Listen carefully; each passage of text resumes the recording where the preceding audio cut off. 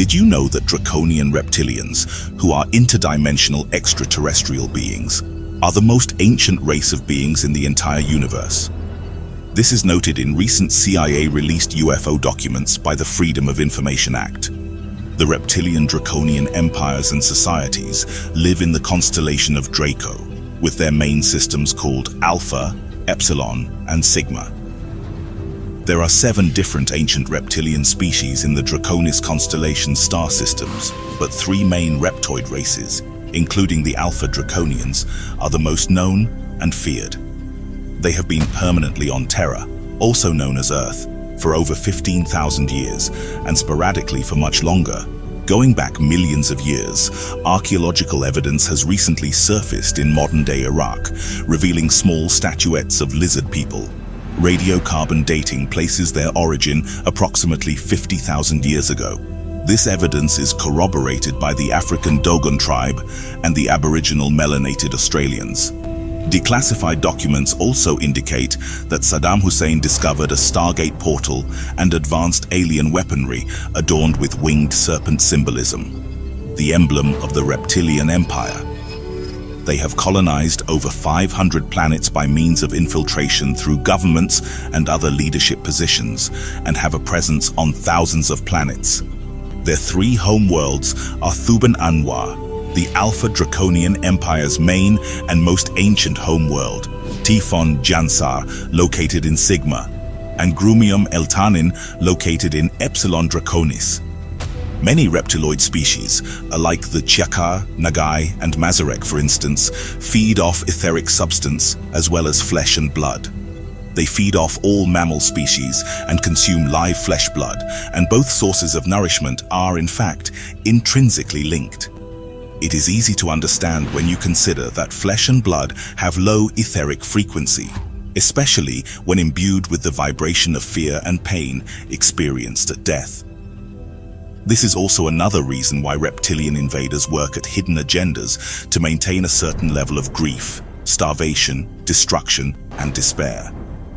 There is also a very strong reason why they do not want to let go of the ownership of Earth, also known as Terra, adrenochrome, a substance produced on Earth by children submitted to extreme pain and fear and more valuable to reptilians than anything else in the universe.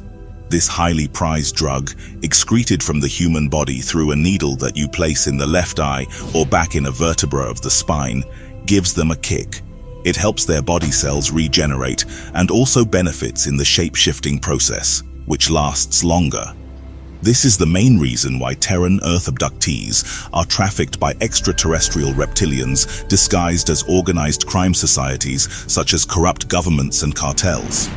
This is the main reason why Earth abductees never return, especially children, being used as food or slaves. They also abduct female beings on a large scale in order to create hybrid offspring to be sent away to other colonized planets, or otherwise, these offspring become powerful members, infiltrated in the main leading societies. Here are the currently recorded various species of reptilian species.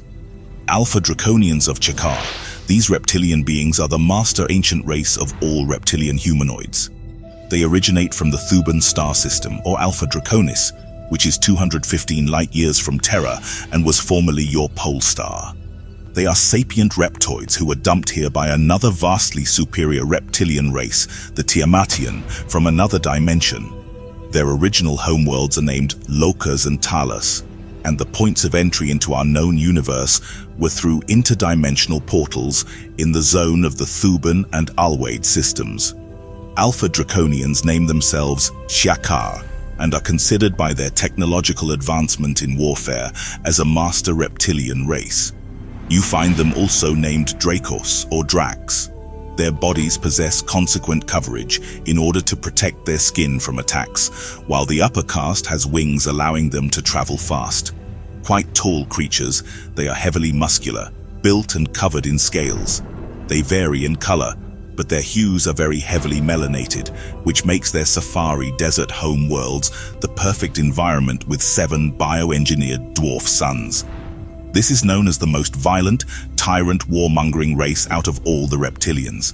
It is also key to know the way you can tell a Chiakar is by them having wings and stronger upper and lower bodies. However, through the mass expansion of cosmic history, there are countless Draco reptilians who left their homeworlds and draconian culture over millennia and saw higher vibrational ways of life and joined the Galactic Federation of Worlds to fight the Empire. The most popular reptilian draconian known throughout the cosmos was Tiamat, the Draconian Dragon Queen of Orion. She was a reptilian princess who first saved a group of Lyran race beings from the Draco's takeover of Avion. Later, she was gifted a planet, and that a piece of that planet would one day become Earth, or what other extraterrestrials call Terra. Evidence of this can be found in the Enuma Elish. She then birthed a unique hybrid race of beings known as the Anunnaki Royals of Nibiru. These half-Lyran and reptilian beings would genetically modify and mix their DNA with modern humans millions of years later. The Chiakar Empire and the ruling elite sees Earth and Earthlings as a source of nourishment for trade and slavery, so they do not particularly have patience or love for humans. Although it is often believed that a warrior race is not intelligent, the Draconians make an exception to this rule. They are expert geneticists and have engineered and modified many biological species that we know today, including the Orion Tall and short grey aliens, who are technically cloned plasma, non-bio life forms, unable to procreate. For thousands of years, the race of grey aliens were cloned and engineered by the Reptilians and became slaves to the Chiakar. Reptilian Draconians possess either 3 or 5 long-clawed fingers with an opposable thumb with talons on the ends, a large inferior jaw, holes for ears, and large eyes. Their genitalia are hidden by a flap of skin. They wear very little clothing except for extra armor, often seen with a belt used as an invisibility device. They are cold-blooded and need an adequate environment to maintain their body moisture and temperature. Nonetheless, their scales protect them from moisture loss, larger and thicker on their back. They are also fitted for space travel due to their ability to hibernate. Most, not all, have supernatural technological powers such as shape-shifting, telepathy, interdimensional traveling, and lastly cloaking, which is for high-rank Draconians. They are differentiated into 2 main types: the Earth Draconians and the Off-World Draconians. The Terra Draconians predate Earthlings by hundreds of millions of years. Like other reptilians, they falsely claim to have originated on Earth millions of years ago, a fact they use to justify their attempt to retake this planet for their own. The truth is that they found it before anybody else and disputed its ownership with the Lyrans, Seleucii, and Anunnaki, claiming it as theirs. Any other new visiting race was considered by them as invasive. Because of their ability for interdimensional travel, the Galactic Federation of Worlds has locked the Earth Draconian Empire into the 3rd dimensional plane and also blocked the off-world Draconians from penetrating the Earth star system by an energy barrier at the outskirts of the solar system. Chiakar were one of the first species to reach interstellar travel level, and they have obstructed the evolution of many cultures, preventing them from achieving the same level of technology. They also seeded many worlds with their biological offspring and hybrids, considering themselves as the original rulers of controlled worlds, superior to the indigenous species they see as inferior races.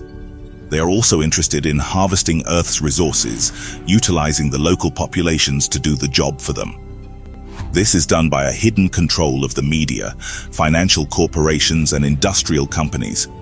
You are confronted with a belligerent civilization that breeds from eggs boosted with hormones quickening the birth to create strong warriors who can live underground and in the most remote and hostile parts of your planet. They are attempting to take over the planet in what we call the window of opportunity, which is the period before a federated society becomes an interplanetary and interstellar power, and yours is now beginning to close. The problem is that we, of the Galactic Federation of Worlds, cannot give you right now the technology of interstellar travel because you are not yet federated among yourselves as a unique, peaceful society. You need to grow and mature to reach by yourselves this liminal threshold in your evolution. And believe me, we are doing the best in our capacities to hasten you getting there as quickly as possible. On the other side, all these invasive races, such as Greys, Reptilians, are at the moment working very hard to maintain this window open by retaining advanced technology from the Earthlings and entertaining confusion, conflicts, and wars. The Draconian Empire biggest fear is that Earthlings will reach interstellar travel, which will make humanoids the biggest threat to Reptilians. The Draconian Empire does not want this to happen. Their ships have wide-range variations, often discoidal, but there is a constant movement with the Empire motherships, which are huge and cigarette-long with large rectangular vessels. As the Reptilians expanded their reach throughout the cosmos, they were feared greatly by many, and the negative ideologies of race began. There were civilizations who would not accept Reptilian Draconian refugees, even if women or children. They were always detected right off by their dark, scaly appearance. They had left the self-service grip of the Chiaka Empire, but were treated with every prejudice, especially in the Pleiadian star system. References to this can be found in Elena Darnan's book, We Will Never Let You Down. Elena Darnan describes her meeting with Thorhan, a Pleiadian emissary.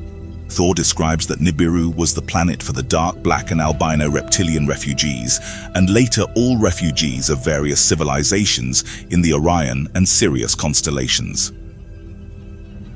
Their language sounds like rolling atonal guttural vocalizations, growls and clicking noises, quite loud and uncomfortable to hear, partially the reason why their telepathic abilities are so well refined. Reptilians are into the arts and competitive sports. They are known to be the greatest musicians and entertainers, having a deep spiritual understanding to high and low frequency levels. This is why the Draconians were known to use sound waves and frequency weapons to their advantage in many wars and hostile takeovers. The warriors rarely speak, communicating with their superiors non-vocally. They call themselves Ku Akuma, which means individual, when addressing each other. They call Earth Shan and Earthlings Shanai. Reptilian Draconians are allied with many groups of other species who share their agenda on conquest and dominion. The Maitreyi and Kili Tokurit are reptilian allies who share with the dominion and conquest of Earth. The Shakar Draconian royalty and elite royals are scaled individuals with dark brown, beige, green, and black. They measure about 18 to 25 feet tall and weigh 1,900 pounds. They have curved horns, a tail, and wings which are flaps of skin articulated by extensions of their ribs and can be folded back tight to the body. They have large golden red to blue eyes with vertical slit pupils. Because of their size and psychic ability, Chakahar royals were mistaken as mythical legendary dragons by Earthlings. They are known to have the symbol of the winged serpent. This winged serpent symbol was also worn by the Anunnaki royals Ningish Zida, Enki and Marduk once they sided with the elites. They thrive on inducing fear frequencies in their subjects, preying especially on the youngest subjects for food, notably Earth children, to feed upon as a delicacy. Earth children are subject to intense vibrations of fear, which produce a substance the Chakar are particularly fond of. Some Chakar can also see across or move to other planets interdimensionally and become public figures where they use to divide and conquer tactics and dark sexual energy methods. The Draconian men are alpha of alphas. They are all muscular, athletic, strong-willed, and they socialize hierarchies by strongest warriors all the way to intelligences. Draconian are extremely fast and strong. They compete in their own sports and love competition. Many of Draconian women are as strong-willed as the alpha men. They believe in manifest destiny and practice various levels of cosmic necromancy witchcraft, which utilizes frequencies of sound and connects them to source. This is how the Anunnaki royals used supernatural curses on Egyptian tombs of the pharaohs in ancient Egypt. The Nagai Nagari are a warrior subspecies. They are short, thick, very muscular, and have no wings. They are aggressive, violent, and feared throughout the galaxy for their renowned aptitude for combat. Their skin is scaled, and they stand 7 to 8 feet tall. They thirst for blood, and their eyes are yellow. The symbol of their race is Ouroboros. The lower caste of reptilians are the small 4 to 12 feet tall Draconians. They are considerably weaker than the Chiakar and have been taken down by certain ancient human warriors in the past. Their stories are found in legends and myths. However, Events of man-fighting dragons are real, except these dragons were extraterrestrials. Draconians allied with the Draco agenda use shape-shifting methods on Earth, not only to blend in with people, but to masquerade as kind average individuals. Then they deceive, abduct, and traffic Earthlings. The Draco Empire also mines monoatomic gold with the aid of human abductees alongside other enslaved species from other planets. The Nori are hybrid subspecies of peaceful reptilian draconians who are the creators and engineers of sound frequency and music. They are unique and kind, and carry technological flutes and different instruments. The reptilian hybrid programs have an interest in human DNA, as they have been involved with it since even before the Anunnaki royals of Nibiru arrived. This is why it is widely known that all Earth humans are the most unique species in the cosmos for possessing ancient reptilian and Lyran extraterrestrial DNA in their blood, alongside many other alien DNA. They have a passion for manipulating DNA, including that of their own hybrids and enslaved clones known as the Greys. They have 800,000 underground tunnels on Earth, with 2 massive underground cities with their own sun. In the early reigns of the Chakar royal lines, King Sauron, the leader of the Draco Chakar Empire, engineered a technology known as soulscape. He conducted despicable procedures and perfected a horrendous supernatural technological device. Over time, the Chakar perfected a technique of ripping a person's soul out of the body and disposing of it into a container. Trapped within this peculiar pod, the soul will live and experience life through an illusory matrix. No one can kill a soul. All souls are immortal. However, the Empire and King Sauron, the spawn king of reptilians, realized that for their biggest threats to their dominion, they could at least find a way to extract the soul and trap it. The bodies of the souls are then used for AI experimentation and soul replacements on Earth.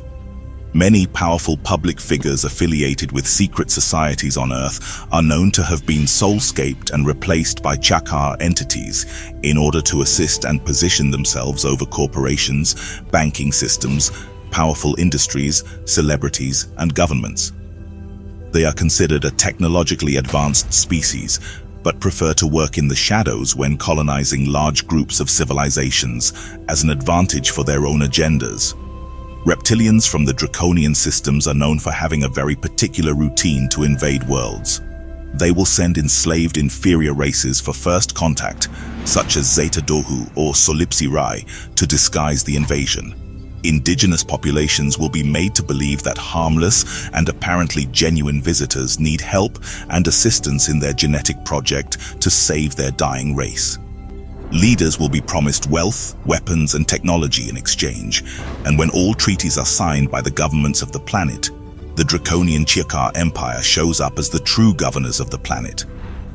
Once you partner with the Draconian Empire and have inferior technology and a broken civilization, the planet stands no chance unless intervention by the Galactic Federation of Worlds, which is still a challenge to withstand the forces of the Reptilian and Orion alliances and empires.